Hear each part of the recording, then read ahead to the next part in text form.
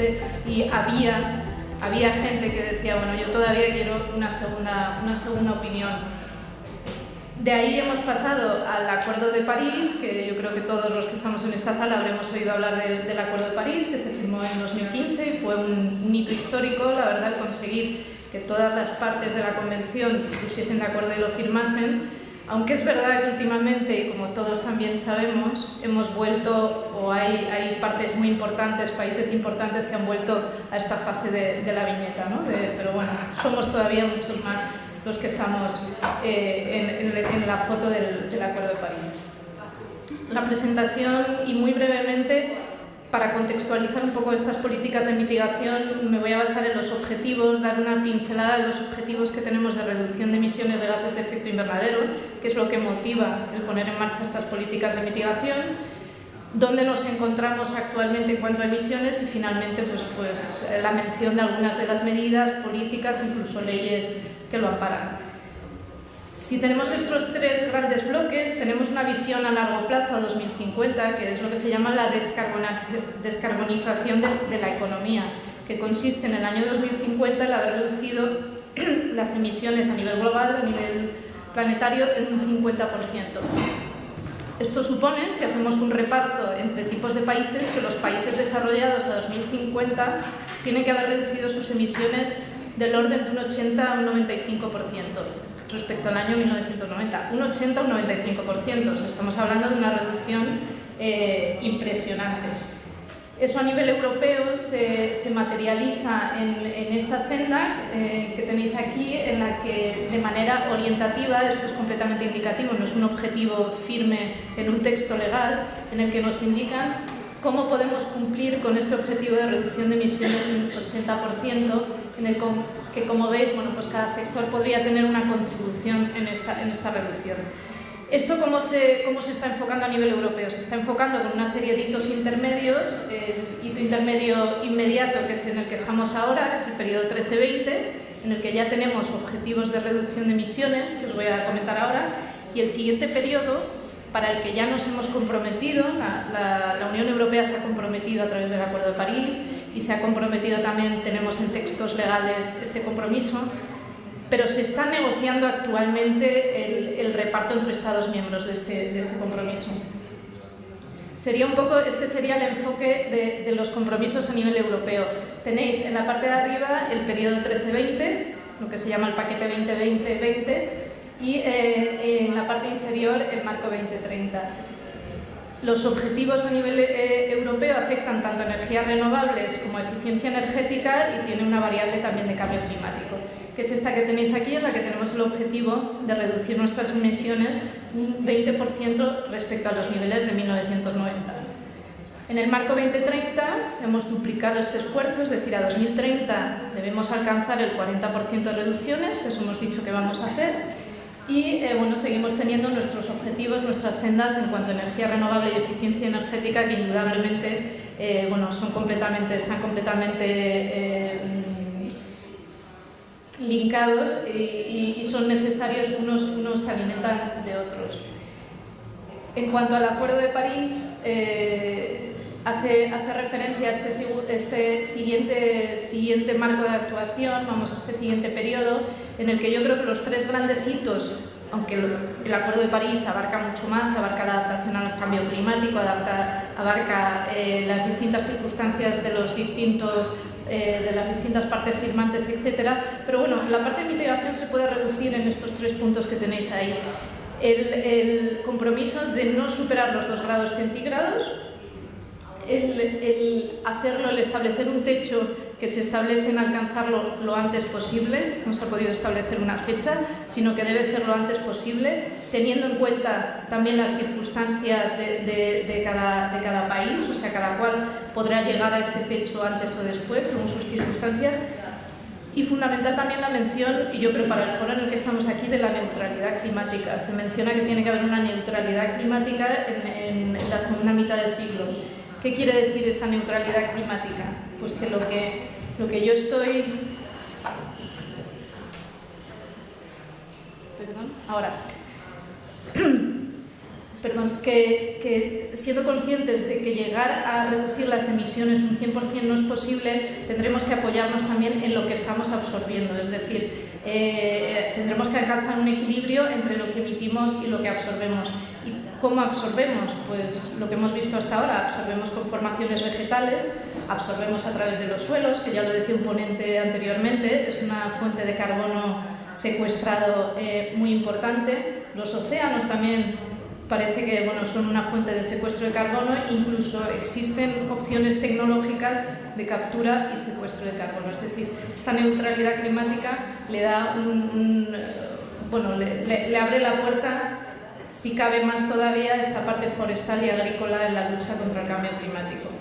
Sin extenderme mucho y para que entendáis los objetivos que tenemos a nivel nacional en materia de mitigación, os explico muy brevemente. Nuestros objetivos están estructurados según la tipología de los sectores. A la derecha, en verde, tenéis esto que se llama ETS, que son las grandes industrias muy intensivas en el uso de la energía. Tenéis pues las cementeras, las generadoras eléctricas, las papeleras, etc. Están sometidos a un régimen de comercio de derechos de emisión y tienen sus objetivos de reducción de emisiones. Y el resto de emisiones, el resto de sectores, que serían estos que tenéis aquí, entre los que se ve reflejado la agricultura y la parte forestal, junto con la gestión de residuos, el residencial, la industria, la pequeña industria, la movilidad, el transporte, es una parte muy importante de las emisiones, tienen otros objetivos. Y esos objetivos, así como los de las grandes industrias, son objetivos a nivel Unión Europea, es una bolsa común a nivel Unión Europea, los objetivos de estos sectores, el sector agrícola, el sector residencial y demás, está repartido entre los Estados miembros. En el periodo actual, a nivel Unión Europea, queremos reducir un 10% las emisiones, ahora ya respecto a los niveles de 2005. España tiene una reducción, un compromiso de reducir el 10% en estos sectores, que son los que llamamos los sectores difusos. Y como veis, hay Estados miembros que tienen una limitación, que tienen una reducción de hasta el menos 20% y Estados miembros que tienen una limitación en el incremento del más 20%. Lo que se está negociando ahora y que tiene trascendencia también para los sectores de los que estamos hablando es el marco 2030, el siguiente periodo, en el que ahora mismo hay dos propuestas de reglamento de la Comisión Europea en el que nos dan un nuevo reparto de esfuerzos entre los Estados miembros. A España esta propuesta le asigna un menos 26%, en el periodo anterior teníamos un menos 10%, en este un menos 26%, casi triplicamos el esfuerzo. Y algo novedoso es esto que tenéis aquí, que dicen que se hace una propuesta cómo incluir los sumideros, cómo incluir el secuestro de carbono en esta contabilidad nacional, es decir, los Estados miembros emitimos, pero también podremos descontarnos por lo que estamos absorbiendo. Y esa es una propuesta de reglamento que está encima de la mesa y que se está negociando. Y ¿por qué es importante? Porque en el periodo anterior, como veis aquí, si bien sí que estábamos informando sobre ello, a nivel europeo no nos estábamos descontando esas absorciones y a partir de ahora, en el siguiente periodo, sí que vamos a poder hacerlo. Con limitaciones, bastantes limitaciones, pero vamos a poder hacerlo. Yo creo que no he podido poner más gráficas, más dibujos en esta diapositiva, pero espero que más o menos haya quedado claro. Y quitando dibujos y limpiando un poco la pantalla, esto es básicamente a lo que nos estamos enfrentando. Esto sería una senda, que no sé si veis bien, de reducción de emisiones para España, hipotética. Las líneas punteadas, la línea azul es realmente la que tenemos, la senda de reducción de emisiones.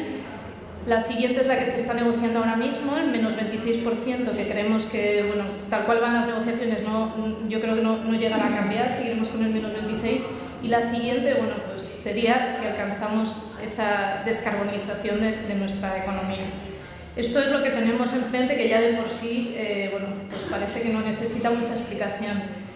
Si lo juntamos con nuestras emisiones, que es esta gráfica que tenéis aquí, la senda azul sigue siendo el tope que tenemos de emisiones en este periodo, ¿vale?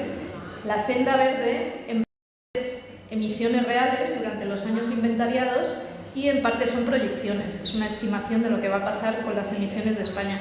Como veis, en este periodo aunque probablemente sufra alguna alteración, pero en este periodo estamos por debajo, parece que no va a haber mucho problema para cumplir, pero en el siguiente periodo parece que nuestras emisiones empiezan a recuperar una senda ascendente y como no hagamos nada, como no nos pongamos a hacer nada ahora mismo, vamos a tener problemas para cumplir con nuestra siguiente senda. O sea que el reto es importante a 2050, pero el reto a 2030, que empieza en el año 2021, lo tenemos encima y tenemos que empezar a trabajar en ello. En cuanto a la contribución por sectores, y de manera muy breve, la parte sujeta al comercio de derechos de emisión históricamente se encuentra más o menos en el 40% de emisiones. Todas estas grandes industrias en España suponen el 40% de las emisiones y el resto de los sectores del orden del 60%. Aquí tenéis 58, pues siempre oscila entre 58, 60, 61.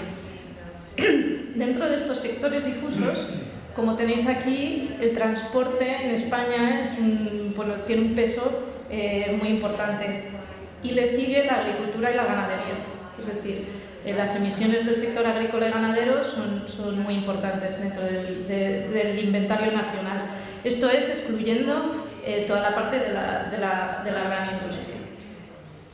Y en cuanto a absorciones, porque no todos son emisiones, sino que también hay absorciones tanto del sector agrícola como de la parte forestal, en cuanto a absorciones, si veis, no sé si se ve bien, la línea roja sería las absorciones totales que nos estamos contabilizando en el periodo 13-20, aquí tenéis hasta el año 2015 según el último inventario, y conforme más baja la línea, más absorciones estamos teniendo, ¿vale? Entonces, parece que del año 2013-14 hemos incrementado en cuanto a absorciones y ahora pues se está estabilizando. Si veis el sector agrícola, que es la línea azul superior, en un primer momento era emisora y ahora está empezando a producir o a generar secuestro de carbono y absorciones, por tanto. Y ya entrando en la parte de políticas y medidas de mitigación, antes de que me señalen que me quedan solo 5 minutos y solo me quedan 2 diapositivas, esta sería una diapositiva más genérica, ya hablando ya casi de un marco general de actuación en materia de cambio climático. Con asterisco he querido marcar todo aquello en lo que se está trabajando ahora mismo, en lo que a lo mejor existe pero se está actualizando, ni siquiera existe y se está trabajando en ello. Y como veis en esta diapositiva, pues estamos en plena vorágine de elaboración de todos estos documentos o de actualización. No sé si habéis oído hablar que se quiere hacer una ley de cambio climático y transición energética. Parece que hay consenso político en esta situación que tenemos actualmente, pues parece que hay un consenso político, todos los partidos políticos están de acuerdo en hacer una ley de cambio climático y transición energética y en ello estamos. La semana que viene va a haber unas jornadas participativas a nivel que se van a retransmitir en streaming y bueno, se van a organizar mesas de trabajo, un modelo bastante europeo de participación para sentar las bases de lo que puede incluir una posible ley de cambio climático. Y se van a tratar los temas por sectores, el sector energético, el sector transporte y el sector agrícola y forestal tiene su propia sesión de trabajo y se le va a dar la misma importancia que al resto de sectores. Debemos tener dos instrumentos que son los 2 siguientes preparados con unas fechas concretas según otra propuesta de reglamento, que es el reglamento de gobernanza que ha lanzado la Comisión Europea ahora mismo y que se está negociando. Uno es el Plan Nacional Integrado de Energía y Clima, en el que ya tenemos que ir de la mano la parte de clima y la parte de energía, y otro una estrategia ya a más largo plazo, 2050, de emisiones bajas o de una economía baja en carbono. El Plan Nacional Integrado, si la propuesta de reglamento sale adelante, habrá que tenerlo un primer borrador a principios del año que viene y el definitivo en 2019. La estrategia de baja emisiones se iría ya para el 2020. Pero bueno, son documentos que necesitan una elaboración bastante larga y que yo creo que tienen trascendencia de cara al funcionamiento o a la política de mitigación en los distintos sectores en España. Y por último, mencionar la hoja de ruta de los sectores difusos, que en estos momentos este documento sí que existe, es un trabajo que se realizó hace unos años y que lo que hacía era analizar con qué medidas y de una manera más coste eficiente España podía cumplir con su objetivo a 2020. En este caso, la hoja de ruta incluía todos los sectores difusos, incluyendo la parte agrícola, tiene una serie de medidas dentro del sector agrícola, pero no tiene en cuenta el secuestro de carbono, porque en esos momentos para el objetivo 2020 no contabilizaban. Entonces, bueno, ahora mismo estamos trabajando en actualizar esta hoja de ruta y se van a incluir se van a revisar las medidas existentes, se incluirán nuevas medidas y, sobre todo y muy importante, se meterá la variable secuestro de carbono. Y yendo ya bajando un poco más en cuanto a medidas concretas, yo he hecho un repaso, tampoco muy exhaustivo, y yo creo que más tarde, desde la parte ya de la Junta de Castilla y León, a lo mejor sí inciden algunas de estas medidas que menciono aquí, pero bueno, yo creo que son cosas que conocemos todos desde el punto de vista forestal. El Plan Forestal Español pues es el marco general de actuación dentro de la parte forestal, que tiene esta duración de 30 años, que todavía está pendiente de revisar, y que bueno, no es un instrumento específico diseñado para la lucha contra el cambio climático, pero por los principios que defiende de la multifuncionalidad del bosque, de la sostenibilidad, etcétera, va muy alineado en la materia de lucha contra el cambio climático. En 2014, creo que fue, se aprobó este Plan de Activación Socioeconómica del Sector Forestal, que también establece una serie de medidas que va muy de la mano de esta gestión, de promover una gestión, ya no sé si sostenible, sino promover una gestión de los bosques. Es decir, por ejemplo, intenta establecer medidas para poner el valor, darle un valor añadido a los productos de los bosques y fomentar una mayor demanda de estos productos, etc.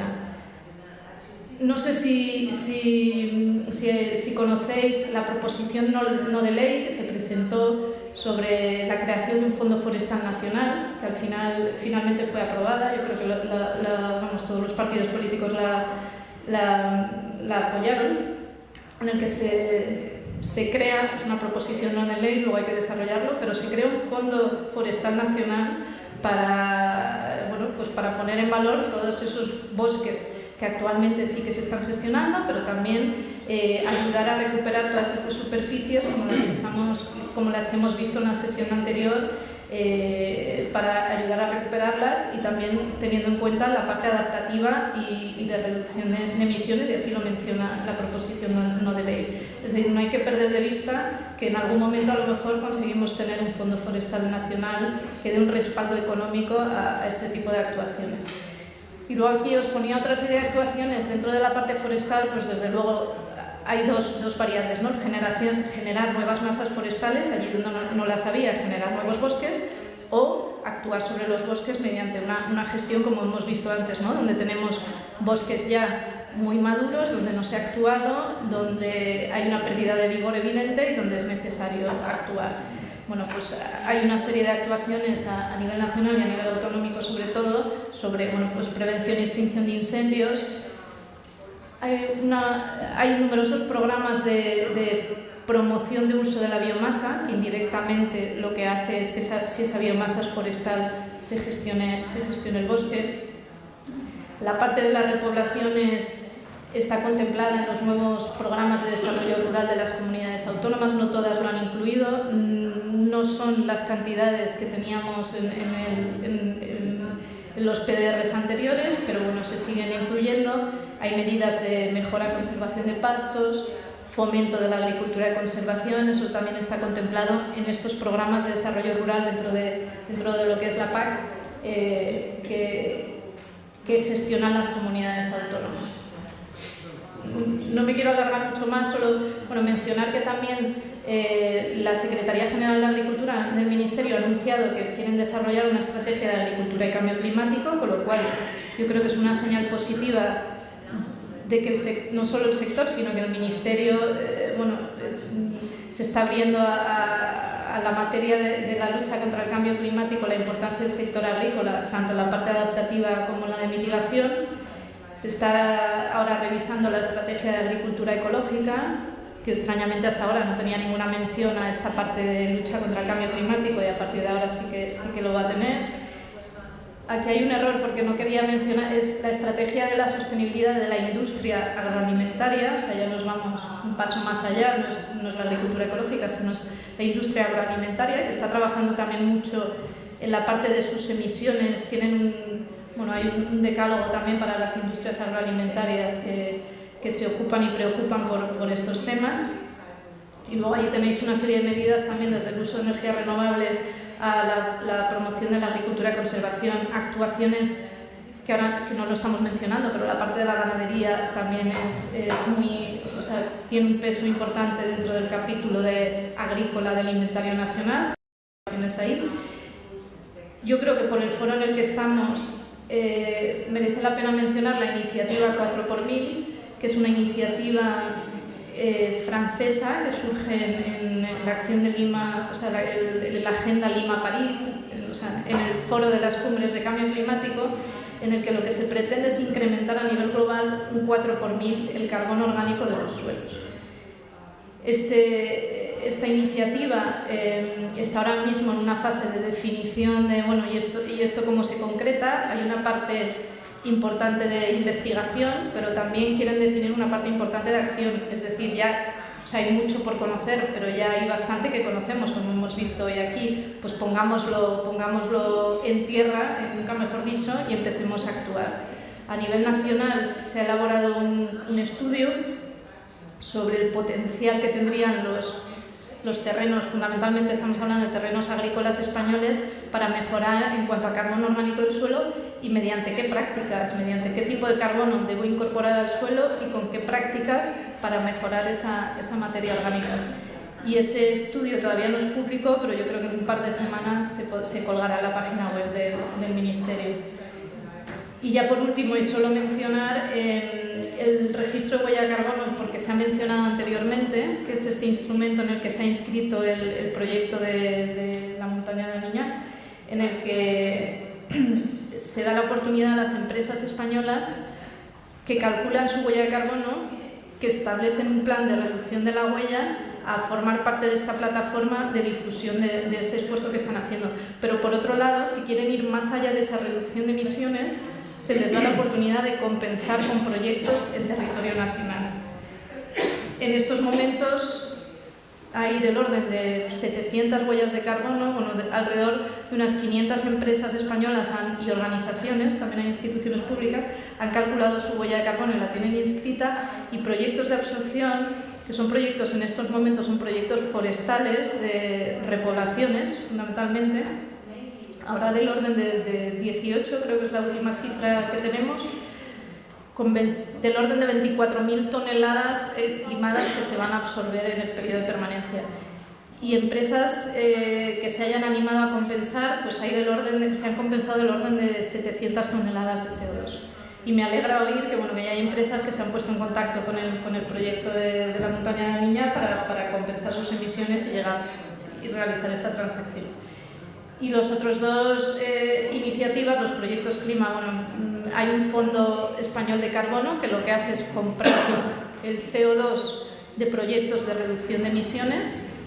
El caso más claro es si esta universidad cambiase sus calderas, que no sé si ya están utilizando biomasa, pero si decidiese pasar de un combustible fósil a biomasa, se calcularía cuánto CO2 van a evitar con ese cambio, y el fondo de carbono les compra esa reducción a 9,7 euros la tonelada. Esos son los proyectos clima, y hay una convocatoria anual. Se cerró hace poco la convocatoria de este año, y el sector agrícola entra dentro de los proyectos clima, es decir, puede haber proyectos clima del sector agrícola. Fundamentalmente hemos tenido muchas plantas de biodigestión de purines.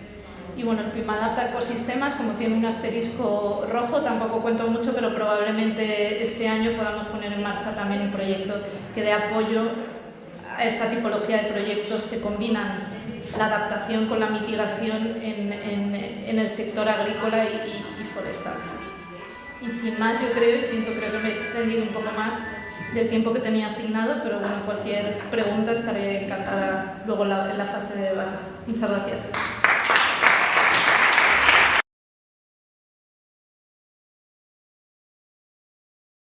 Haré un vuelo rápido sobre las implicaciones del sector agrario per se en relación con las emisiones de gases de efecto invernadero, para luego centrarme más específicamente en actuaciones promovidas o dirigidas a las infraestructuras agrarias.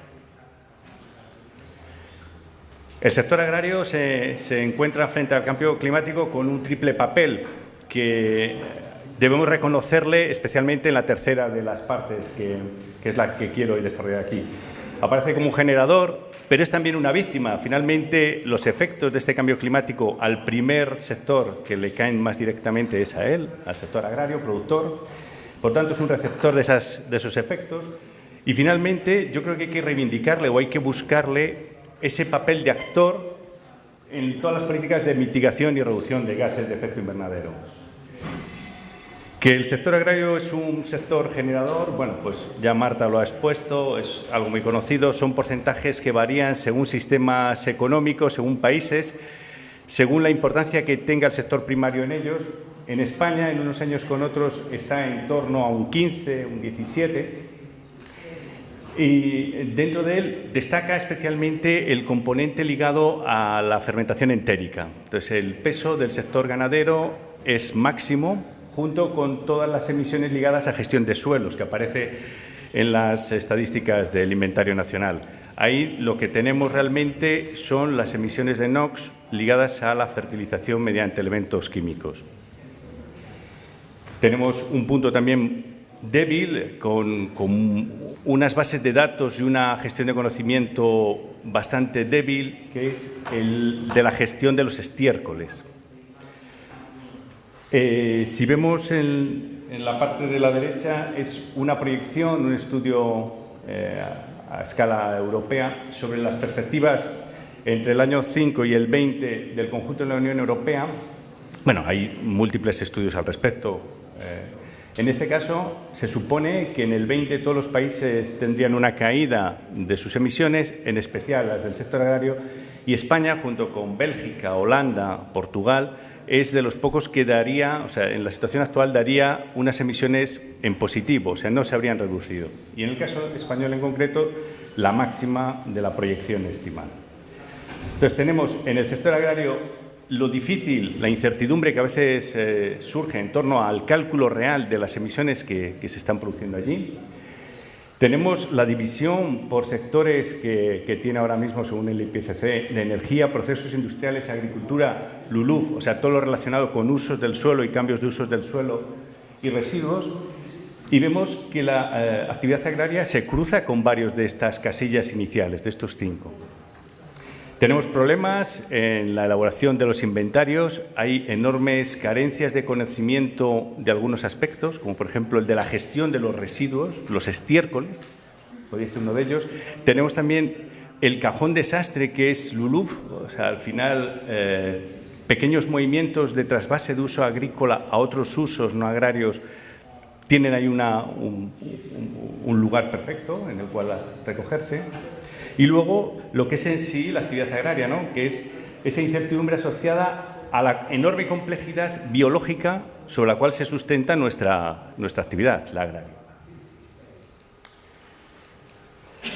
Estimaciones y modelos hay muchísimos. Yo he querido coger aquí 2, el de CSIRO, que es una agrupación de centros de investigación del clima de la Commonwealth, y el NCAR, que es de la Agencia Americana de Clima. Cualquiera de los dos, la proyección que estima para los próximos años, hasta el año 50, es un aumento significativo de las temperaturas. El modelo americano es bastante más pesimista y en ambos casos un aumento de las precipitaciones, que podían suplir en parte, y así puede que sea, ese incremento de temperatura, pero que todas las predicciones, todos los modelos la muestran como insuficiente. O sea, el escenario previsible es incremento de temperaturas y una disponibilidad hídrica final menor, con lo que ello supondrá para el sector como tal. Para los principales cultivos, los más representativos a escala mundial, arroz, trigo, maíz, se espera, aunque el comportamiento, como vemos en los mapas, es muy desigual, o sea, puede haber incrementos de temperatura muy notables en ciertas áreas del globo y en otras que sean menores. Eso puede hacer que algunos cultivos entren en su franja de temperaturas óptimas y, por tanto, se esperen incrementos de rendimientos, como sucede en China con algunos cultivos tradicionales, pero en general el efecto directo sobre la producción es negativa en cualquiera de los dos escenarios, del CSIRO y de NK. Eso, a su vez, tendrá un efecto directo sobre los precios, tanto en los productos agrícolas, en la gráfica arriba a la derecha, como en los derivados ganaderos, simplemente por la propia cadena. Y, a su vez, esto tendrá efectos en el consumo, en el acceso a dichos alimentos, especialmente en las zonas menos desarrolladas económicamente.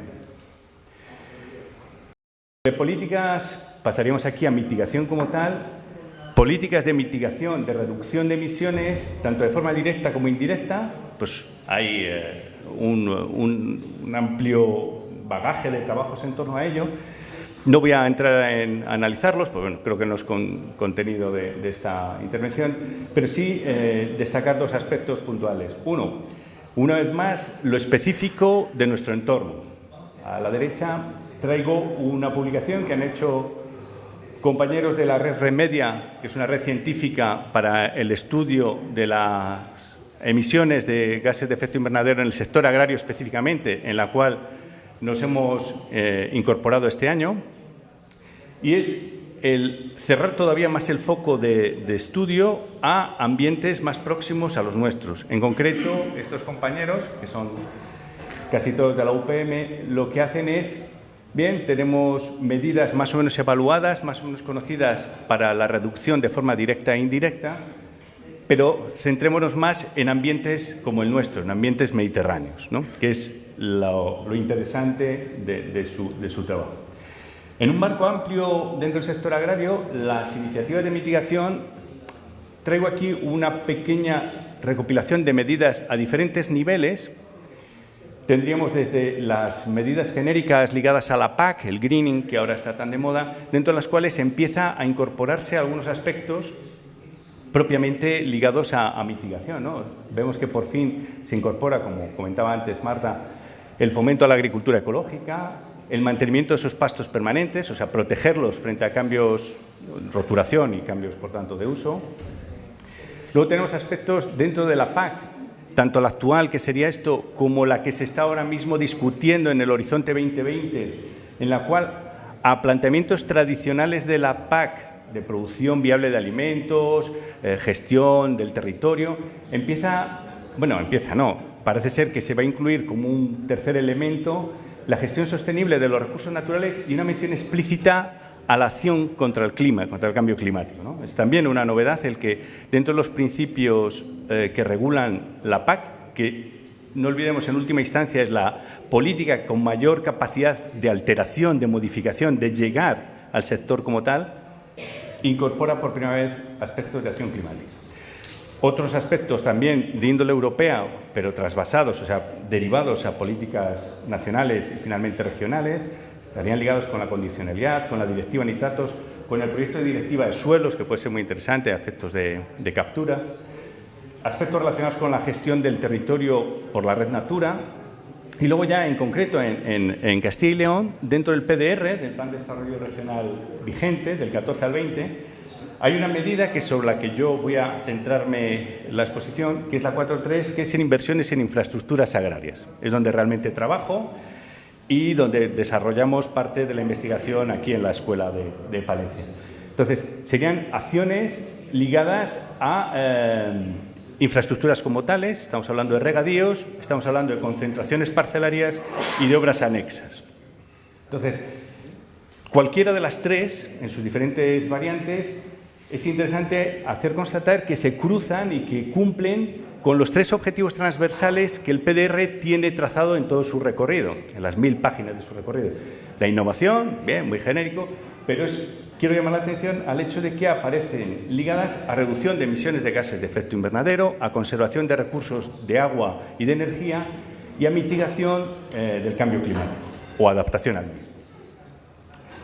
Entonces, centrándonos en lo que serían en sí las actuaciones en infraestructuras agrarias y cómo podríamos cruzarlas con estas políticas de mitigación de emisiones de gases de efecto invernadero, La organización de nuestro trabajo y cómo está estructurado el trabajo, vamos, la exposición, iría en torno a las tres patas que he dicho antes: modernización de regadíos o transformación a regadíos de superficies de secano actuales, actuaciones de concentración parcelaria y luego proyectos ligados a estas últimas, lo que llamamos normalmente proyectos de infraestructura rural, y dentro de ellos una parte nada desdeñable de los proyectos de restauración del medio natural.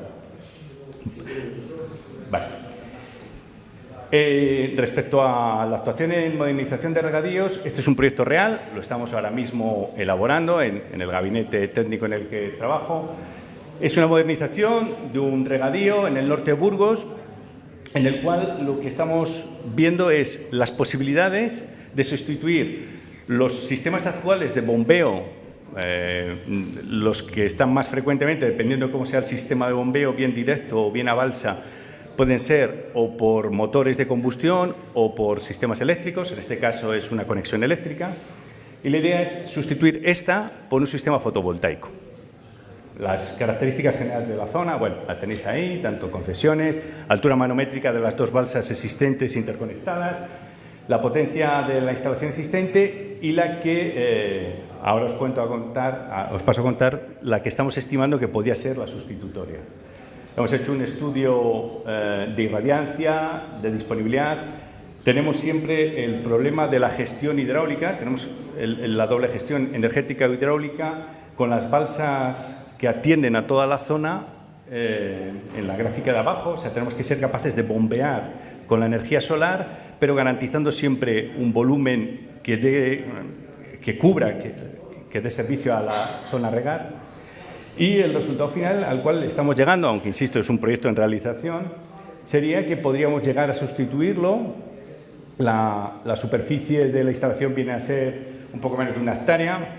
Tenemos varios modelos, andará en torno a la hectárea finalmente, y una reducción del orden de 184 toneladas en la actuación en sí.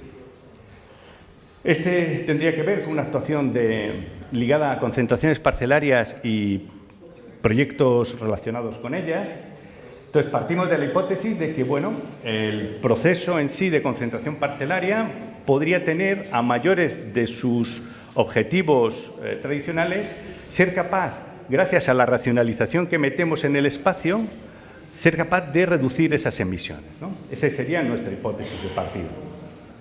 Trabajamos sobre todo con el hecho de la dispersión espacial del parcelario, la regularidad de esas parcelas y la conexión entre unas parcelas y otras y las labores que allí se desarrollan. Entonces, a los objetivos tradicionales de una concentración parcelaria, que no olvidemos que en España tiene un enfoque muy sectorial. Tenemos aquí colegas holandeses que pasaría a ser quizás uno de los países en los cuales se ha desarrollado la concentración parcelaria hasta un alcance de ordenación del territorio plena. O sea, lo emplean como un instrumento real de ordenación del territorio en vez de quedarse en las fases iniciales que solemos hacer aquí de mera ordenación de un sector productivo, como es el agrario. Entonces, cuando nos acercamos a ese punto, más opciones, más jugo, más éxitos podemos sacar de una actuación como esta. Entonces, hay trabajos por todo el mundo en el cual empiezan a hablar de que es un factor claramente ligado a reducción de pérdida de superficie agrícola, de erosión, minimización de la erosión, gestión de infraestructuras lineales, básico. O sea, en el fondo estoy hablando todo el rato de planificación, de planeamiento territorial. También desarrollo urbano en zonas rurales, también hay experiencias muy interesantes. Y una última pata que la queremos unir nosotros, que es de contribución a la mitigación. ¿Cómo? Pues fundamentalmente a través de estos 5 puntos o líneas de trabajo. La primera, que es la más desarrollada, lo que estamos analizando son todos los recorridos dentro de cada parcela antes y después de ser concentrada, todos los recorridos entre parcelas y sede de explotación y luego tanto las posibilidades y facilidad de acceso a cada uno de esos puntos, o sea, cómo se accede a esas fincas, e inclusive la calidad de las vías por las cuales se pueden llevar a cabo estos trabajos. Eso supondría una reducción directa de emisiones de gases de efecto invernadero. Una segunda línea son los proyectos de restauración del medio natural, que lo que vendrían a darnos como resultados una propia fijación Tenemos una línea de trabajo muy interesante de racionalización en la fertilización que supondría una reducción de emisiones de NOx, recuerdo, factor 300 respecto al CO2. Es una línea de trabajo compleja, ver cómo somos capaces de ajustar ambos conceptos, cómo esta nueva reorganización del parcelario nos lleva a ello, pero estamos en ella.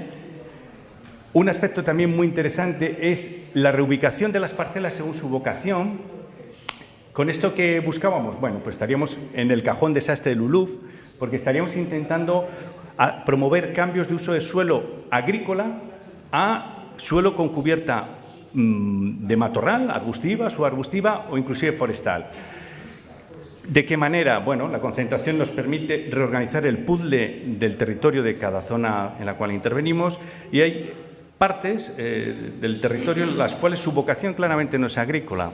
Se ponen en explotación bien fomentadas por políticas PAC o como consecuencia de periodos en los cuales las necesidades obligaron a ello. Hoy por hoy no existen tales y con esta reorganización, con este puzzle que volvemos a montar, podemos cambiarlas de cajón. O sea, en la reorganización del espacio podemos sacarlas y destinarlas a futuros usos de conservación o ganadero o de baja intensidad de uso. Por último, Sí, ya. Y por último, los cambios socioeconómicos que podríamos también conseguir con algunas de estas acciones. En algunos lugares lo analizan, como la introducción de agricultura de precisión, labor de conservación, uso común de maquinaria.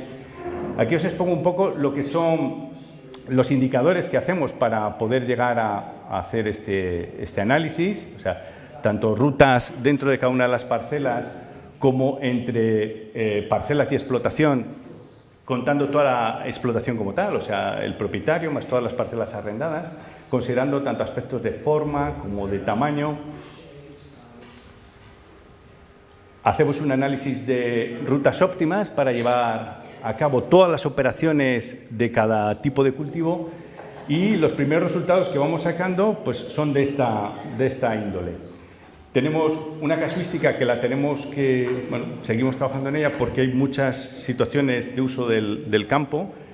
Entonces vemos que en zonas de secano, dependiendo de si es de un término o más de uno y dependiendo del porcentaje de explotaciones que haya cruzadas entre ese término y los circundantes, podemos estar hablando del orden de 20 a 30 kilos de CO2 por hectárea y año. Claro, son reducciones muy pequeñas, pero hay que contar con el factor de escala que supone el uso del espacio y de los proyectos de este tipo. Estamos hablando de miles de hectáreas nuevas anualmente incorporadas, ¿no?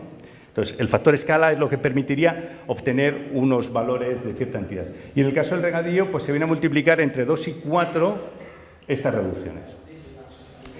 Los proyectos de restauración ligados a estas concentraciones, este es uno real también, suelen ser proyectos a veces nunca orientados, por supuesto, a temas de reducción de gases de efecto invernadero, pero que pueden tener una participación interesante, creemos que sí. En este caso, aparte de los efectos de biodiversidad y de heterogeneidad espacial y funcional, que también los estamos evaluando, hemos visto que se han transformado, se han volteado de uso agrícola a, en este caso, conservación, casi 20 hectáreas, se plantaron del orden de 18.000 plantas, este proyecto está ejecutado ya, y la estimación a 20 años, o sea, hay que tener en cuenta que el dato que ahí aparece es del año 20, por tanto, entre medias estaríamos hablando de tierras en transición, a efectos de inventario, de esas 2.900 toneladas equivalentes. Bueno, y hasta ahí. Gracias.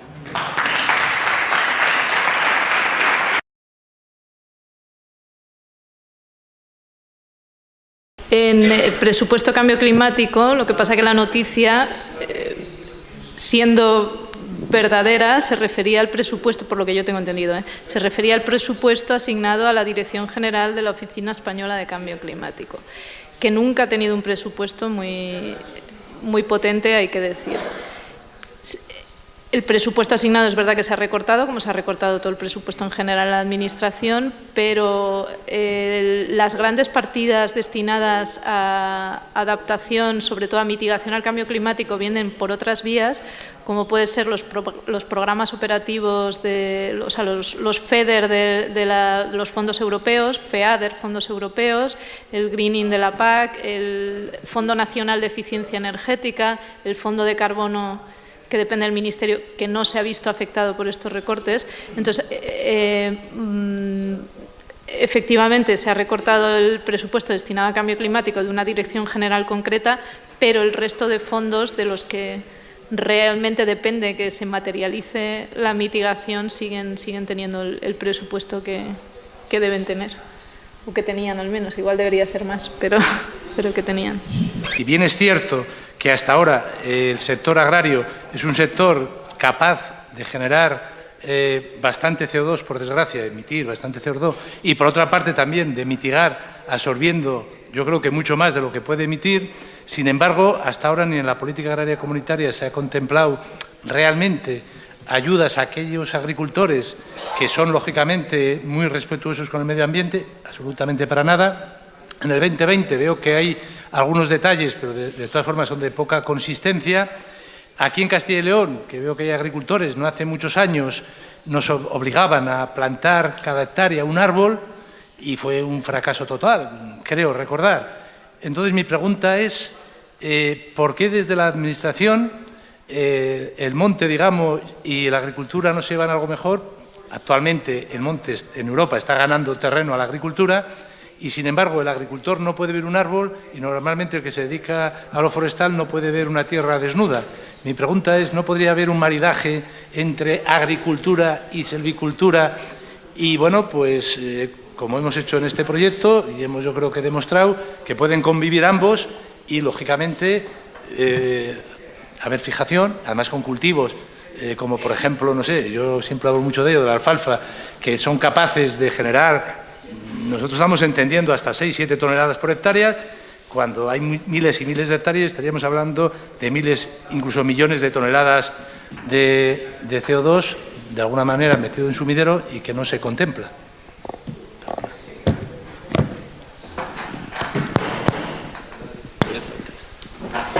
Pues muchas gracias. A dos, ya con 2 micrófonos ya me parece demasiado. Contesto yo primero, pero luego le dejo a Óscar también opinar. Está claro que yo me apunto al maridaje agricultura forestal y a ese, sobre todo en un país como España, ¿no? que ni tiene una vertiente, o tiene una vertiente claramente agrícola, pero también la tiene forestal. De hecho, el territorio nacional está dividido casi al 50% monte agrícola. Entonces, esa parte, desde luego, que probablemente se pueda avanzar más rápido si existe esa vinculación. La nueva PAC, y eso yo no sé si Óscar sabrá algo de eso, yo soy desconocedora, pero sé que se está empezando a mover ya y sé que el peso que se le quiere dar al cambio climático quieren que se incremente, que ya tenía un peso en este periodo, pero al parecer en algunos sitios ha sido solo pinceladas, ¿no? Ha sido un maquillaje. Pues lo que se quiere es que realmente se materialice y sea efectivo. Y luego, en cuanto a la parte de secuestro de carbono, yo creo que desde el punto de vista, sí que es verdad que la agricultura tiene ese peso en emisiones. El sector forestal español, bueno, pues es, productivamente hablando, no es comparable con el sector agrícola, entonces esa parte de emisiones es mínima. El sector agrícola sí que tiene emisiones y es verdad, yo sí que creo que la parte de secuestro de carbono ha estado ahí un poco en reposo. No se ha hablado mucho de ello, pero yo creo que ahora y en los últimos años se está empezando a hablar más. A través de este nuevo reglamento de la Comisión Europea, bueno, que vamos a tener, se hace un guiño a esta parte de secuestro de carbono, que no solo tiene que ser forestal, también es la parte agrícola, porque vamos a poder utilizar una cantidad determinada de créditos de carbono proveniente de estos dos sectores, y eso, queramos o no, si antes no lo íbamos a hacer voluntariamente, nos va a hacer girar la cabeza y mirar hacia ahí y decir, bueno, pues aquí hay dos sectores en los que trabajar y para los que fomentar ese tipo de medidas. Y también solo por concluir, la Comisión Europea hizo un estudio en el que se han basado bastante para esta propuesta de reglamento, en el que reconocían un potencial limitado de mitigación del sector agrícola, o sea, de esa parte de emisiones. Es decir, la fermentación entérica es la que es, los suelos agrícolas se pueden mejorar mucho y tenemos mucho potencial de mejora en evitar emisiones, pero tiene cierto límite. Es decir, perdón, un coche lo puedes sustituir por un coche eléctrico, pero en la agricultura hay ciertas cosas que van a seguir sucediendo, hay ciertas emisiones de proceso y demás. Entonces, teniendo en cuenta ese potencial limitado de mitigación, yo creo que eso nos va a ayudar a darle mayor valor a ese potencial de secuestro de carbono que tiene y a trabajar por ello. Como apunta Marta, que el maridaje entre agricultura y foresta tiene que llegar. Quizás Castilla y León no sea una de las zonas más fáciles debido a los rigores climáticos que tenemos, pero creo que es un reto interesante. A lo mejor no apostar tanto por especies de gran porte, sino de bajo porte. Por otro lado, a nivel de políticas, yo he pretendido traer aquí algunas pinceladas, como decía Marta, que por desgracia creo que muchas veces se quedan en eso, una especie como de grandes marcos de referencia en torno a los cuales se dice que se van a implementar, a desarrollar políticas, y eso llega a veces a donde llega. A mí me preocupa y quisiera centrar el foco en los verdaderos actores de todo esto. Los verdaderos actores son del orden de 1 millón de explotaciones agrarias que son las que gestionan realmente el espacio. Entonces, creo que ahí sigue faltando una conexión real con los gestores de nuestro territorio, que no dejan de ser las aproximadamente el millón de explotaciones que están ahí todos los días, todas las campañas, o como les dicen en Francia y lo reconocen en su ley rural, son creadores de paisaje. Entonces, yo creo que ese es uno de los retos que nos queda, ser capaces de conectar y de involucrar en todo esto a los actores reales, a las explotaciones. Un aspecto que mencionaba ahí de corrido en una de las diapositivas es interesante el que nos pongamos a hacer macronúmeros para evaluar emisiones, pero creo que sería interesante, a lo mejor no tanto por las grandes cifras, sino porque se plasme en hechos del día a día, el dotar de herramientas a nivel de explotación. Hay muchas, existen ya muchos software y programas de apoyo a empresas desarrollados en otros países de Europa, los cuales lo que buscan es implicar, o sea, tú eres productor de alimentos, también eres generador de emisiones, conócete, evalúate, ¿no? Entonces, normalmente una explotación sola, sobre todo muchas por el tamaño de las nuestras, les quedaría muy lejano. A lo mejor tendríamos que hablar de agrupaciones de explotaciones, de cooperativas o de centros que asesorasen a estas explotaciones. Y creo que por ahí hay un mundo de trabajo. Finalmente, insisto, eso luego llevarlo a las grandes cifras de nuestro inventario nacional es otro gran reto, pero me gustaría poner el foco en eso, en ese millón de explotaciones o esas 110.000 de Castilla y León. Muy bien.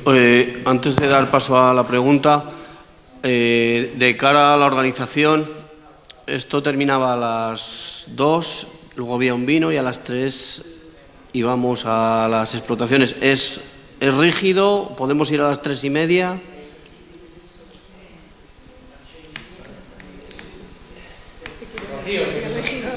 Vamos a tratar de ajustarlos. Lo que es muy rígida es la vuelta de las explotaciones por el horario del autocar. Vale, yo lo digo por el hecho de que vamos como 25 minutos de retraso por seguir con el debate y luego dar paso a la otra mesa, que va a ser también interesante. Vale, pues la retrasamos un poco. Correcto, de acuerdo. Pues, por favor. Buenos días. Mi pregunta es para Óscar, y remarcando un poco la pregunta anterior, quería puntualizar que, dado que en Castilla y León, a pesar de ser la región de España con más superficie forestal, está englobado lo forestal dentro de la Consejería de Fomento y Medio Ambiente y no en Agricultura, que es como está a nivel nacional, el Ministerio de Agricultura engloba Agricultura y Forestal también. ¿Cómo vamos a impulsar los cultivos agroforestales desde dos consejerías distintas? Y Encima, además de todo esto, o sea, el presupuesto de la Consejería de Fomento para el apoyo a lo forestal es mínimo. Yo es que lo veo totalmente inviable, conseguir un desarrollo agroforestal cuando lo forestal está en la Consejería de Medio Ambiente y Fomento. ¿Qué opinión tenéis desde la Junta a este respecto? Bueno, vaya por delante que yo soy técnico. O sea, soy un mero ingeniero agrónomo de la consejería, con lo cual a mí me parece interesante me parece triste, quiero decir, perdón, que no estemos unidos. O sea, me parece que al final, cuando realizas proyectos, te cruzas sí o sí con ellos y, por tanto, creo que sería beneficioso, o sea, aportaría mucho más el que estuviésemos juntos. No obstante, respecto a lo de que pudiese haber actuaciones forestales en el medio agrario, no porque yo sea agrónomo, pero sí creo que, pongamos que esto se desarrolla, entiendo que debería pilotarlo la Consejería de Agricultura. O sea, finalmente no deja de ser una actividad agraria, y el término agrario abarcaría en su acepción más amplia la parte esta agroforestal. Entonces, tendría que venir pilotado desde ahí. Una vez más, creo que sería imprescindible que diésemos el paso de grano más fino y llegar a la explotación, porque al final son ellos los que tendrían que meterse en el proyecto, ¿no? Pero sí. ¿Alguna pregunta más? Yo hay una pregunta, ¿qué se está haciendo con el tema de comunicación? Creo que si ahorita hay una separación en la parte agrícola y la parte forestal, ¿qué se está viendo en cada una de ellas y cómo se planearía integrar también este tema, ¿no? Porque quizás la gente no conozca de estos temas y yo creo que es algo necesario, ¿no? La comunicación. ¿Qué se está haciendo en ese tema? Con los agricultores, sí. A nivel ¿te refieres del proyecto, del territorio, lo que son general, políticas? Del territorio en general. De políticas, el tema de políticas que se está haciendo con el tema de comunicación. Bueno, si quieres te contesto yo como conocedor del tema. A nivel de comunicación, en todo el sector agroalimentario falta mucho todavía, o sea que ese es uno de los principales problemas, la transferencia no solo de la parte de investigación, sino también de la parte de políticas, o sea que es un debe que tiene el sector, pero en general, desde la parte agrícola a la parte de alimentación. Ayer estaba comiendo con gente de panadería y decir, no, de esto no habléis porque no conviene hablar. Y el sector agrario, por la ascendencia que tiene, yo soy de un pueblo de Segovia, no se comunica para que no se entere el vecino, por si acaso le copia, o sea que, y en este tipo de cosas sigue pasando eso. Y si pasa, la transferencia donde puede llegar es de universidad a universidad, de centro de investigación a centro de investigación. El paso siguiente es lo complicado, el llegar como decía Óscar, a las explotaciones. Por eso este tipo de proyectos pues tiene la importancia que tiene, porque tiene la capacidad también de trasladarse a lo que son los propios usuarios, aunque se podría hacer más, claro. Desde el punto de vista de la Administración, tristemente sí que es verdad, sí que es verdad que quizás es un debe también, como comentas, en cuanto a la labor de comunicación y de llegar, no solo quedarte en esa parte política, sino llegar al terreno. Sí que es verdad que cuanto más alejado estás, ¿no? Administración central, autonómica y demás, cuanto más alejado estás es más difícil. Igual merece la pena mencionar que el año pasado la oficina, le adjudicaron un proyecto LIFE, que es el LIFE Shara, que está centrado en adaptación y es sobre gobernanza y tiene una faceta muy importante en cuanto a comunicación y generar conocimiento y reuniones, jornadas, seminarios, etcétera. Y eso esperamos empezar a generar un poco de ruido, entre comillas, en breve. Y la parte de adaptación, o sea, sí que es verdad que se han hecho jornadas, se montan seminarios, yo creo que en alguno a lo mejor has llegado a participar tú, ¿no? Y es evidente que no se llega a todos los puntos, que hace falta hacer yo creo que una planificación a distintos niveles, pero sí que se están montando. Y la semana pasada esta semana creo que ha habido uno de, por ejemplo, ganadería extensiva, efectivamente. Sí, la cuestión es que se montan, pero pero que no tiene la capacidad de llegar a donde tiene que llegar. O sea que la comunicación es el último paso y es a lo que menos presupuesto y a lo que menos importancia se le da, habitualmente. Hay una pregunta que no me quería dejar. Has hablado, Marta, del 26% de asignación a España, del nuevo, y además has dicho que en principio se plantea descartar la absorción. ¿O he entendido yo mal? Mi pregunta es si es así y luego si hay algún número final que se pueda poner en el horizonte. Sí y no. Es decir, el 26% es, pero sí que se va a tener en cuenta la parte de absorción. En el periodo actual, o sea que ya está encima de la mesa y estamos ya siendo examinados año a año, tenemos un objetivo de reducción del menos 10% en estos sectores no sujetos al comercio de derechos de emisión y estamos a solas frente a este objetivo, es decir, no podemos tener en cuenta las absorciones ni del sector agrícola ni forestal. El siguiente periodo es cuando sí que entra en juego, tenemos ese 26% que se está negociando, pero que probablemente se mantenga, y nos dan una flexibilidad. En estos momentos es de 29,1 millones de toneladas en todo el periodo procedentes de secuestro de carbono, es decir, de absorciones. Estaríamos hablando de...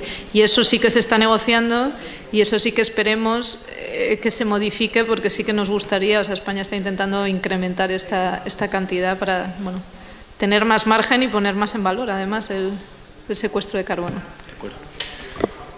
Muy bien, pues muchas gracias a todos y vamos a dar paso a la última mesa. Muchas gracias. Gracias.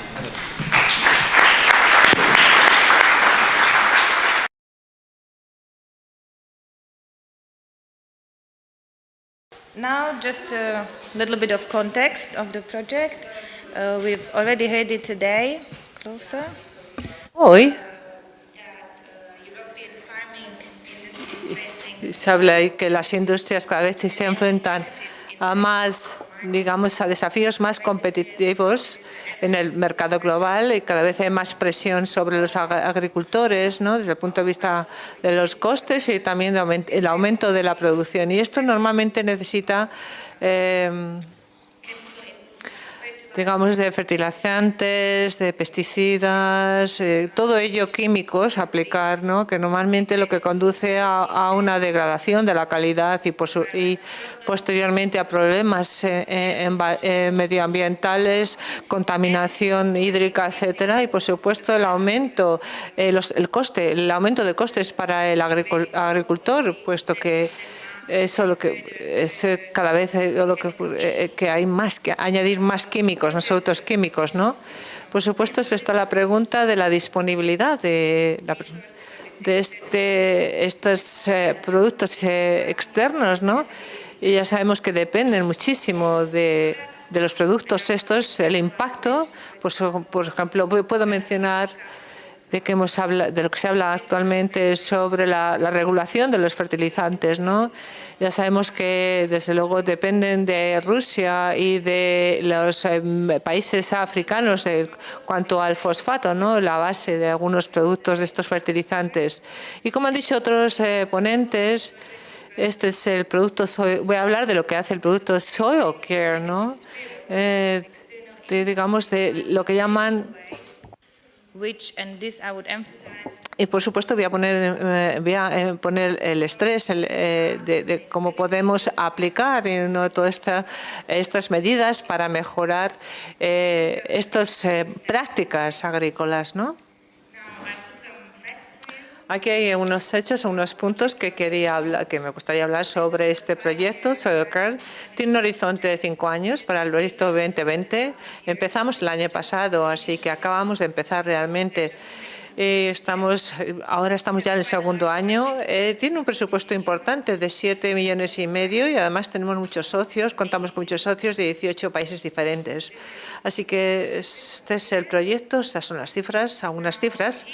Aquí hablamos de lo que realmente es el racional o la argumentación del programa, del proyecto, ¿no? El problema que queremos atajar, ¿no? Lo que llaman un poco, queremos aplicar este sistema de cultivos para mejorar el suelo, ¿no? Estas prácticas de mejora, ¿no? Muchas de esas ya sabéis, ya conocéis, ¿no? Hay bibliografía de la que disponemos, pero sabemos que existen, ¿no? El problema es que realmente no lo utilizan los agricultores, no lo utilizan, ¿no?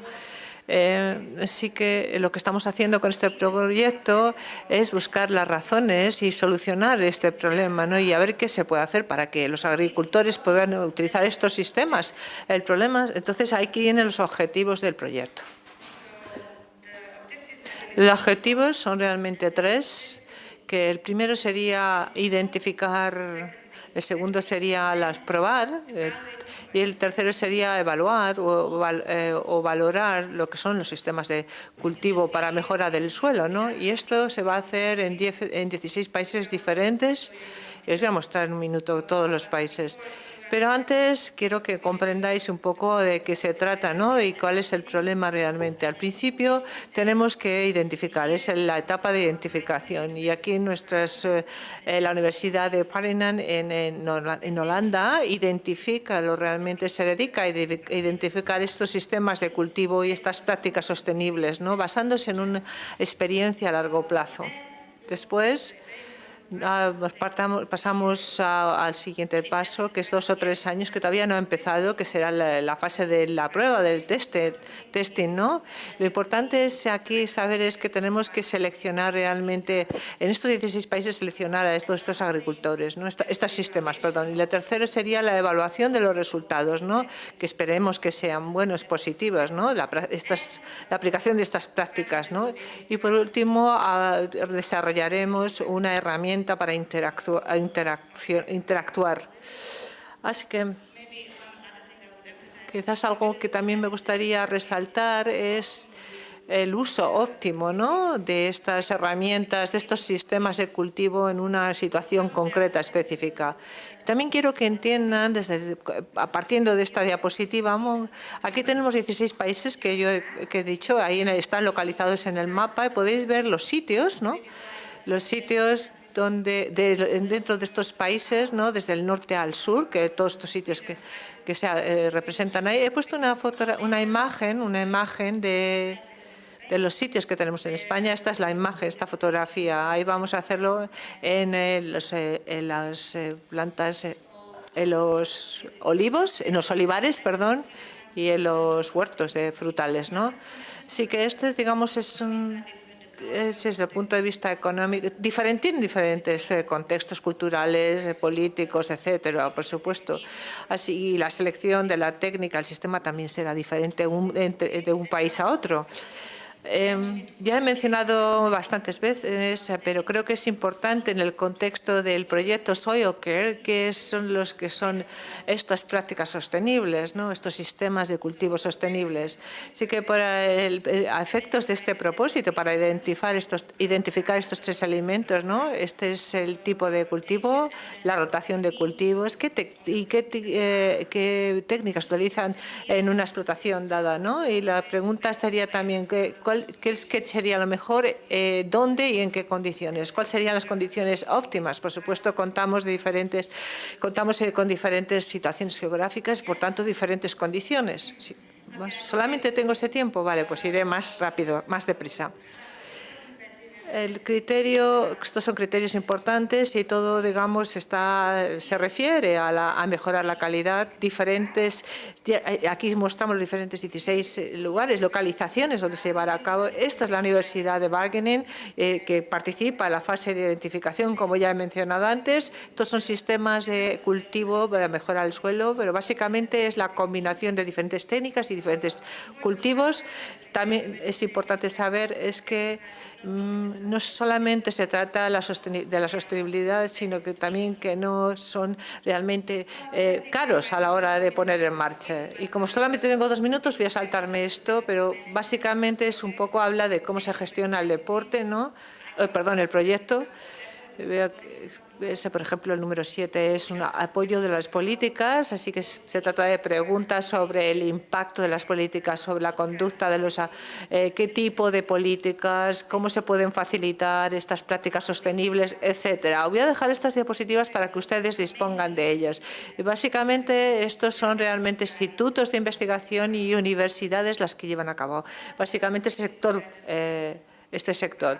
Y Morales es más o menos lo que he dicho, el WPS7, que tiene que ver con cómo contribuyen las políticas. Por supuesto, esto es un aspecto muy importante y esto es para mostraros que estamos empezando realmente, que cada socio está empezando también en este proyecto y la nueva etapa que se trata de las políticas de la Unión Europea no os sorprendáis por la diapositiva que os voy a poner, que está relacionada, por supuesto, con las estrategias y con las políticas de la Unión Europea y vamos a continuar, ¿no?, para que diferentes actores y agentes de los diferentes 16 países puedan participar también en esta contribución. Estas son las diferentes políticas a las que tenemos que aplicar, así que sabemos que son muchas y veis aquí arriba la parte superior a la derecha, no sé si veis desde ahí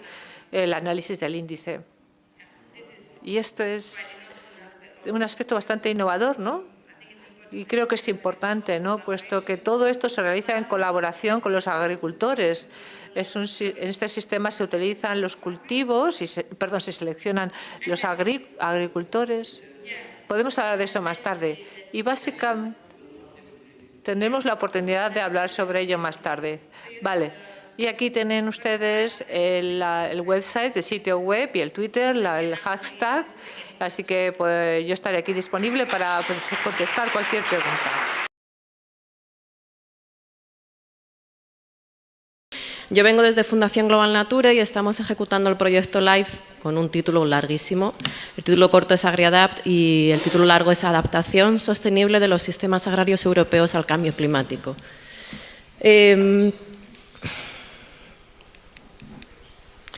Bien, nosotros somos una fundación con sede en diferentes áreas de España, tenemos también proyectos de cooperación al desarrollo y en España tenemos oficinas en Palencia, Cáceres, Canarias, Toledo, Madrid, Valencia y Asturias.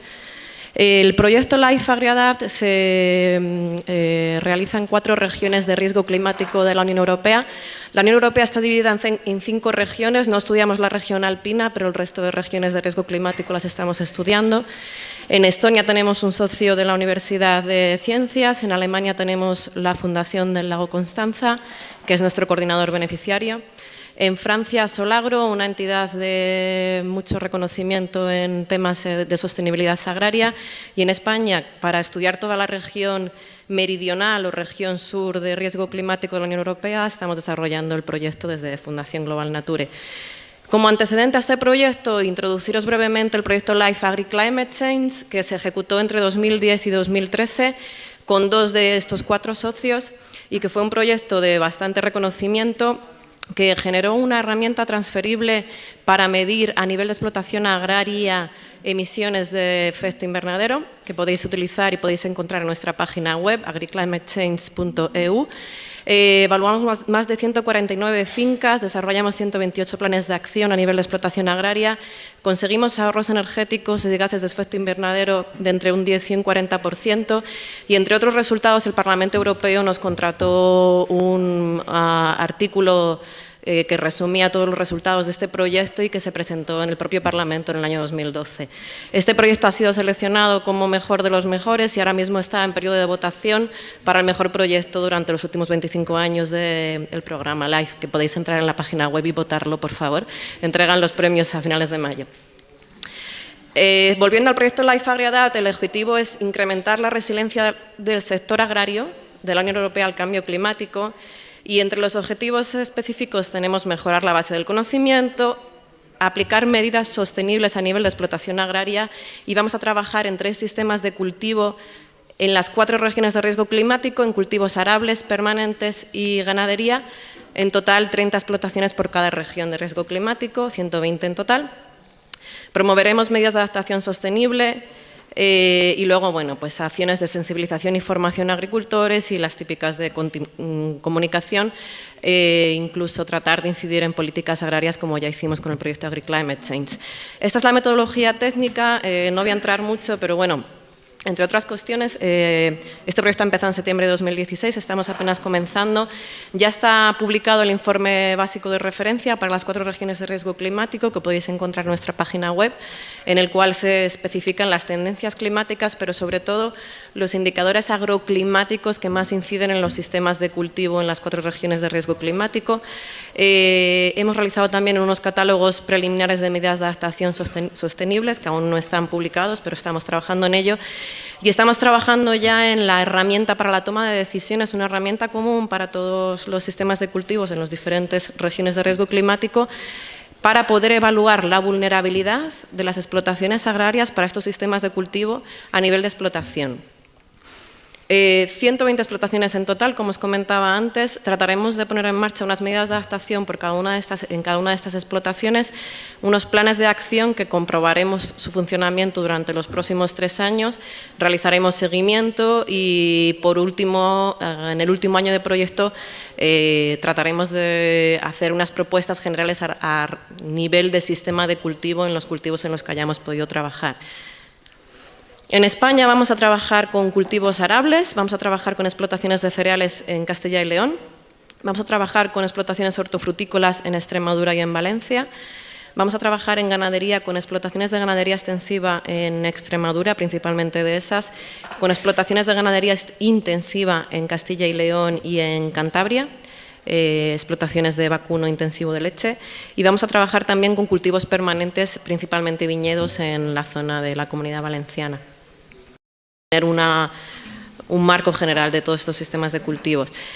En acciones de formación dirigidas a diferentes grupos objetivo, no entro para no alargarme, estamos elaborando ya un pack de formación sobre adaptación sostenible de los sistemas agrarios europeos al cambio climático.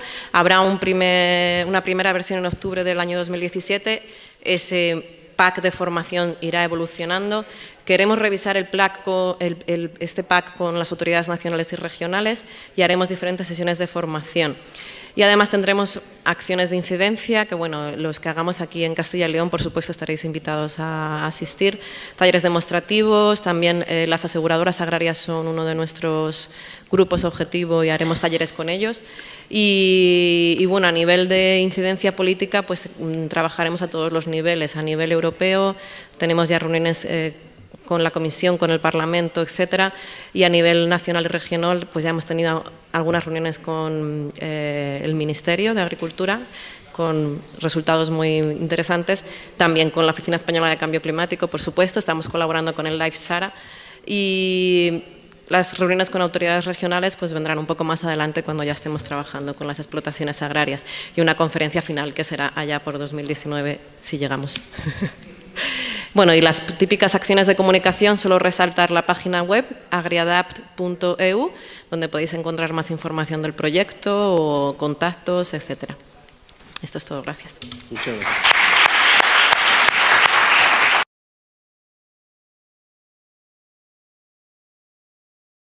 Bueno, os voy a presentar el proyecto Life Integral Carbon, que ya terminó este pasado año, ha durado de 2014 a 2017, entonces ya estamos en fase post-life. El objetivo general es el que tenéis aquí, es la captura de gases de efecto invernadero por medio de algas del suelo, aprovechando nutrientes residuales para su incorporación como biomejorador y sumidero de carbono en los suelos.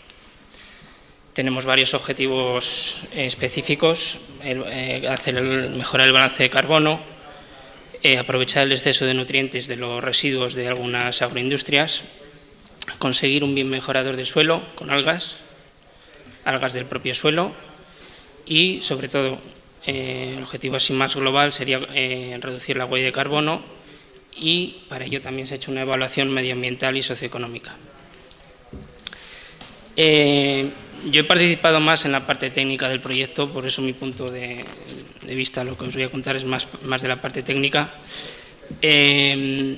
El proyecto consiste en una fase central en la realización de 2 prototipos. El primero de ellos desarrollado por la ingeniería Kepler, ahí tenemos todos los socios. En la ingeniería Kepler, un módulo de tratamiento o de pretratamiento de residuos por medio de un digestor anaerobio de diferentes residuos de la agroindustria.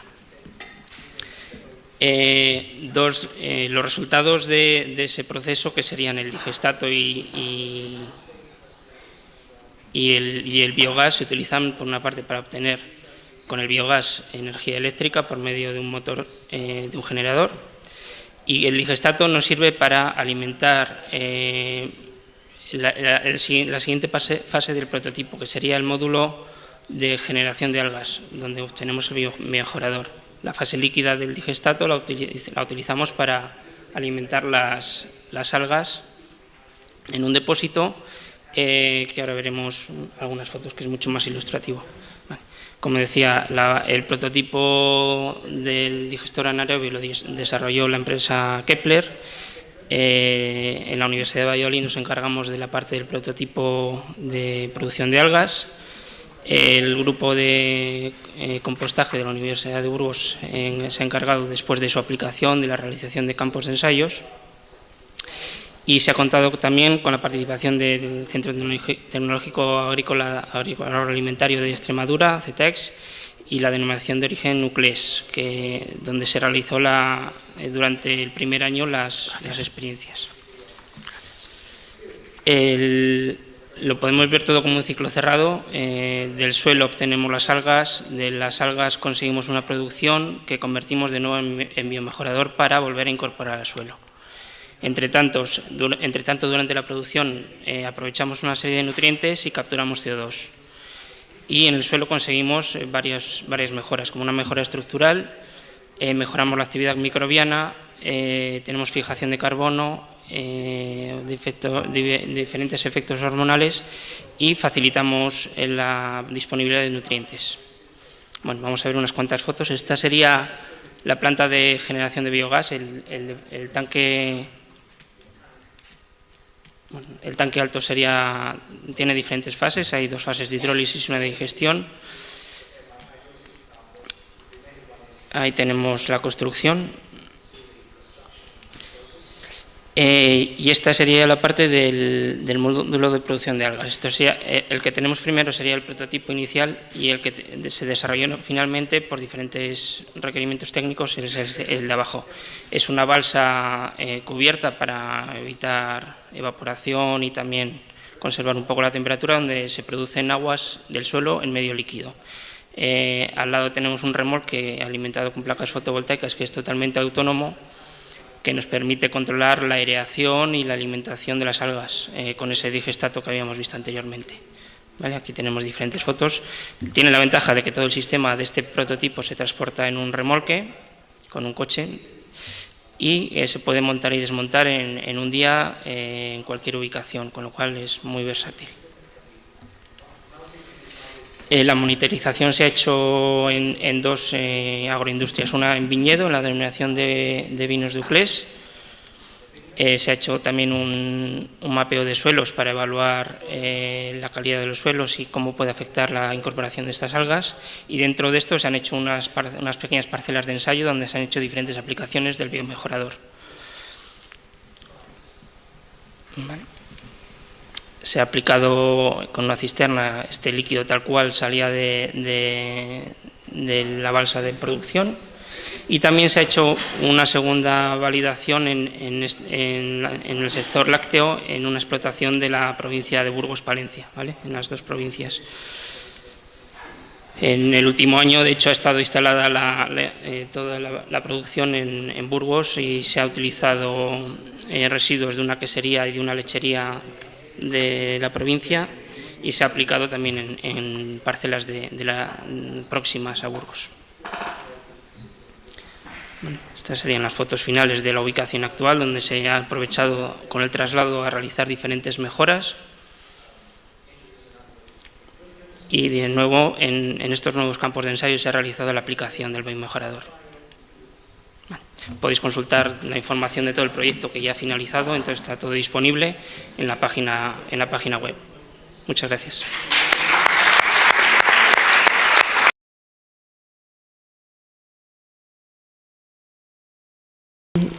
El proyecto Ammonia Trapping es un proyecto que entró en la convocatoria 2015 y que desde el punto de vista científico-técnico coordinamos desde dos centros, uno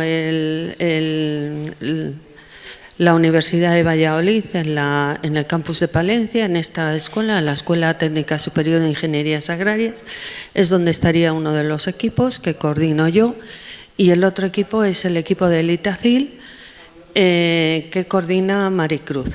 Yo ayer le comenté a Maricruz que mi agenda probablemente impediría que yo pudiera estar aquí, le dije que estuviera ella preparada con la presentación y por eso, como ella ha preparado la presentación, pues creo que es justo que lo realice ella. Luego os pondremos un pequeño vídeo.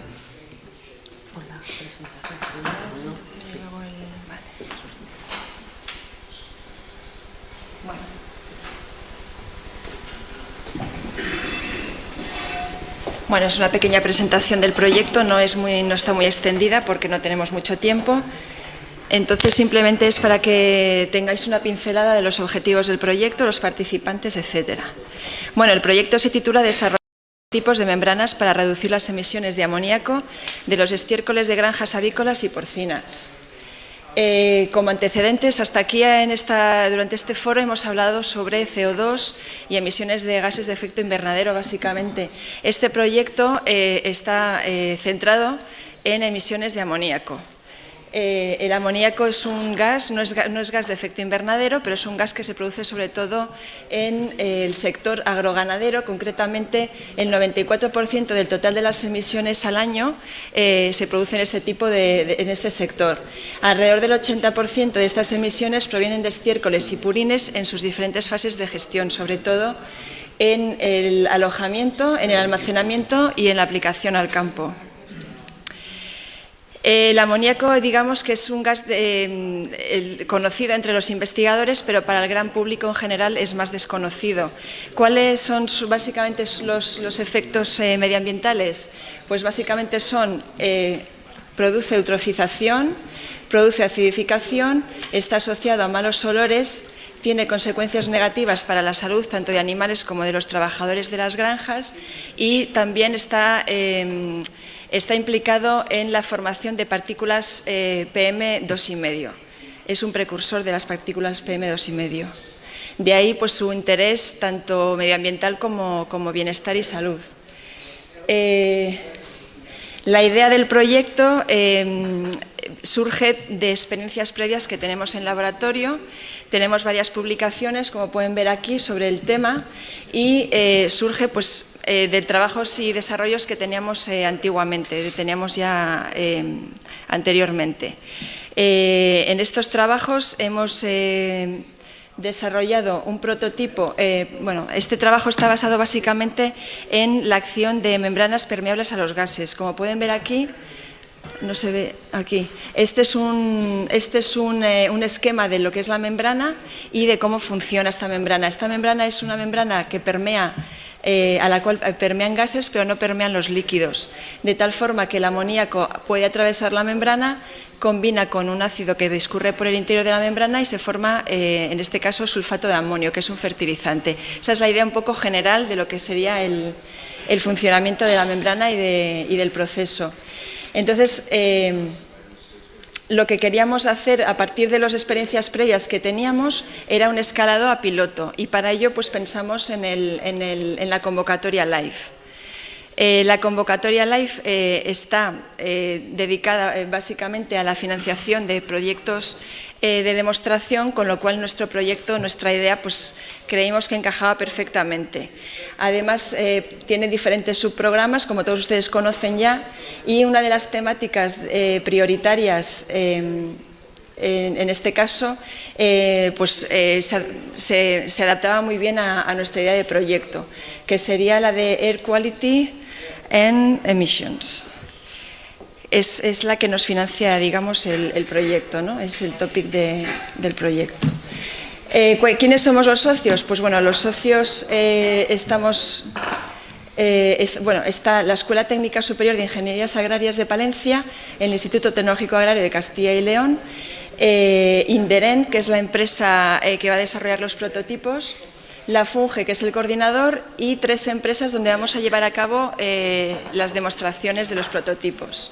En USA, donde llevaremos a cabo el estudio con el prototipo para digestión anaerobia, La Cañada, que es una granja de gallinas ponedoras, y de Porcil, que es una granja de ganado porcino. Ahí vamos a llevar a cabo las experiencias demostrativas.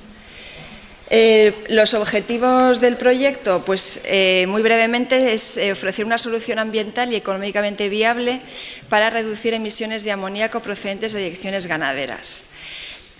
A partir en explotaciones ganaderas, como les he mencionado, de porcino y de gallinas. También lo vamos a estudiar en los procesos de digestión anaerobia y en el compostaje. Las 3 actividades, digamos, técnicas, pues son básicamente el diseño y desarrollo de los prototipos, la instalación del prototipo de captura para amoníaco atmosférico a la atmósfera y para la instalación y puesta en marcha del prototipo de captura de amoníaco en medios líquidos, en digestato y en el purín. Muy resumidamente serían estas las 3 acciones, digamos, técnicas.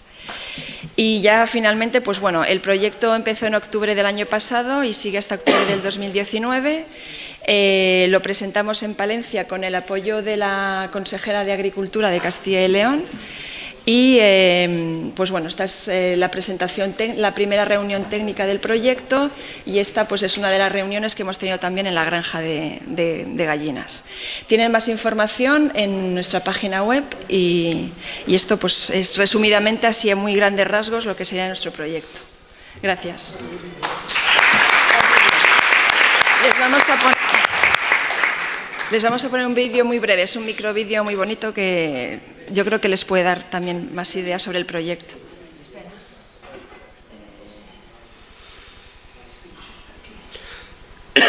Es muy cortito.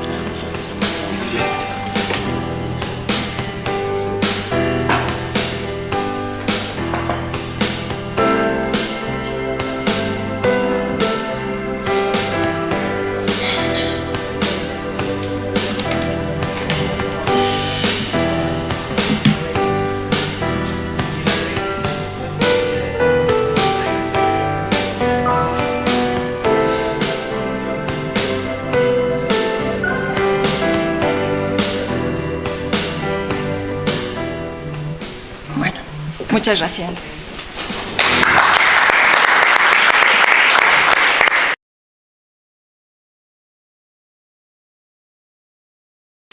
¿Qué acciones o actividades de cooperación os ha generado o pensáis que puedan generar para trabajar en red vuestros proyectos? Primero, Vanessa.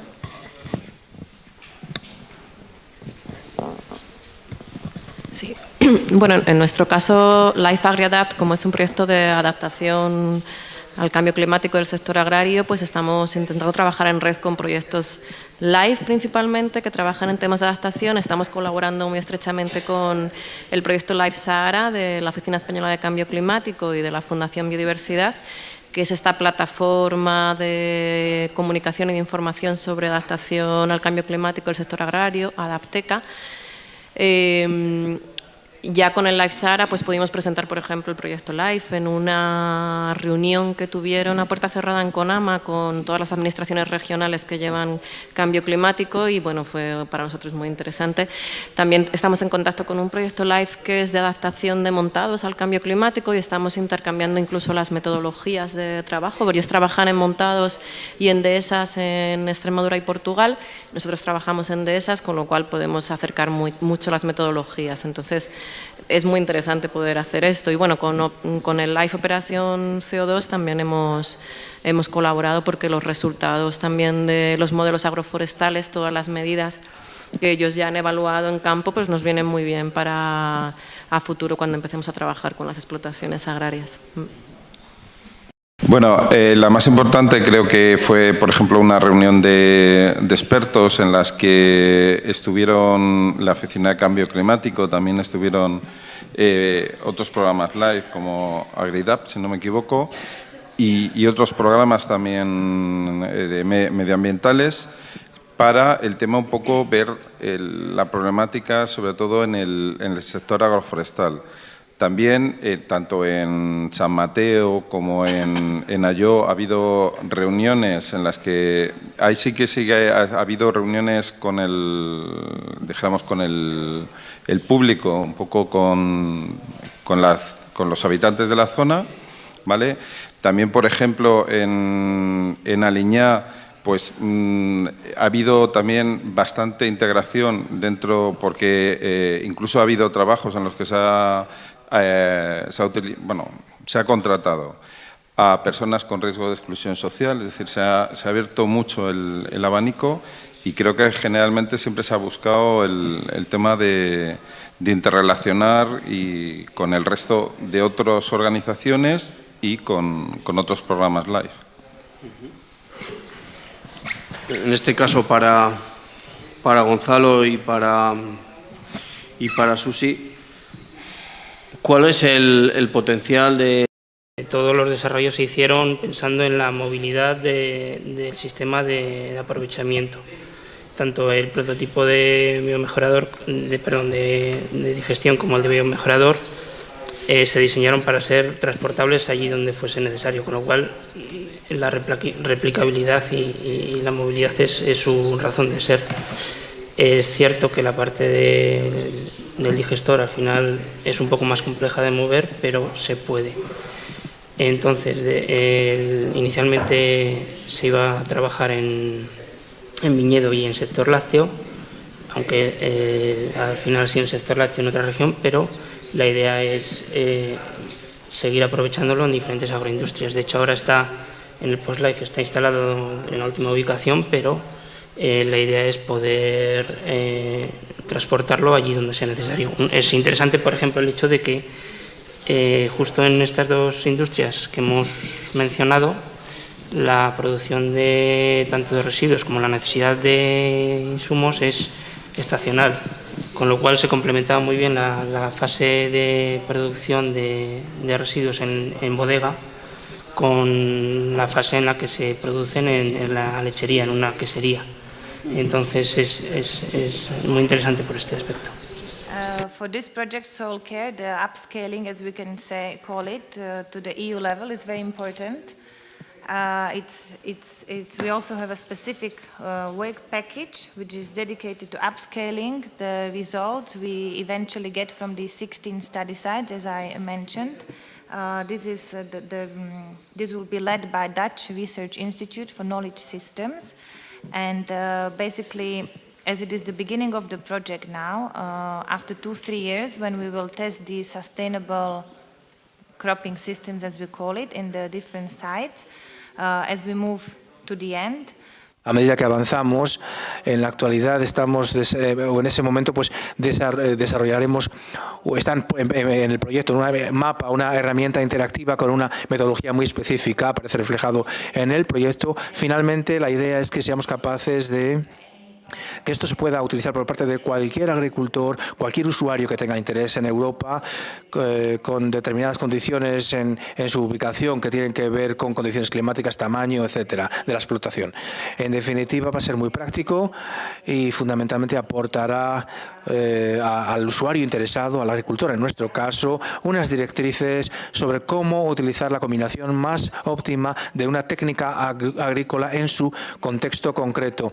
Me gustaría añadir sencillamente que las personas que la gente va a poder obtener resultados de los 17 ubicaciones del proyecto, para luego trasladarse a una escala europea. Claro que las condiciones cambian mucho en función de qué localización estemos hablando, porque hay condiciones bioclimáticas muy diferentes, pero claro, bueno, 16 por otra parte tampoco es un número tan grande, ¿no? Es importante en todo caso subrayar que para escalar este proyecto habrá que desarrollar una metodología que utilice los resultados de las ubicaciones, pero también la experiencia a largo plazo, y ya en esta fase, cuando los agricultores implementen estas técnicas sostenibles, ya los socios del estudio, los socios del proyecto nos preguntarán, nos plantearemos cómo se puede aplicar también en otros lugares, ¿no? O sea que aunque os digo que vamos a desarrollar un mapa, hay una herramienta interactiva hacia el final del proyecto, cuando estemos ya con los resultados, el hecho de que lo vayamos a hacer ya está teniendo efectos en el proyecto, incluso en estas fases tan tempranas, ¿no? En definitiva, es una parte muy importante del proyecto, poderlo utilizar, o esa previsión de utilizarlo a una escala superior. Hombre, nosotros el proyecto lo vamos a realizar en granja, digamos a escala real. Por tanto, pretendemos que la replicabilidad sea total al resto de las granjas, tanto porcinas como avícolas.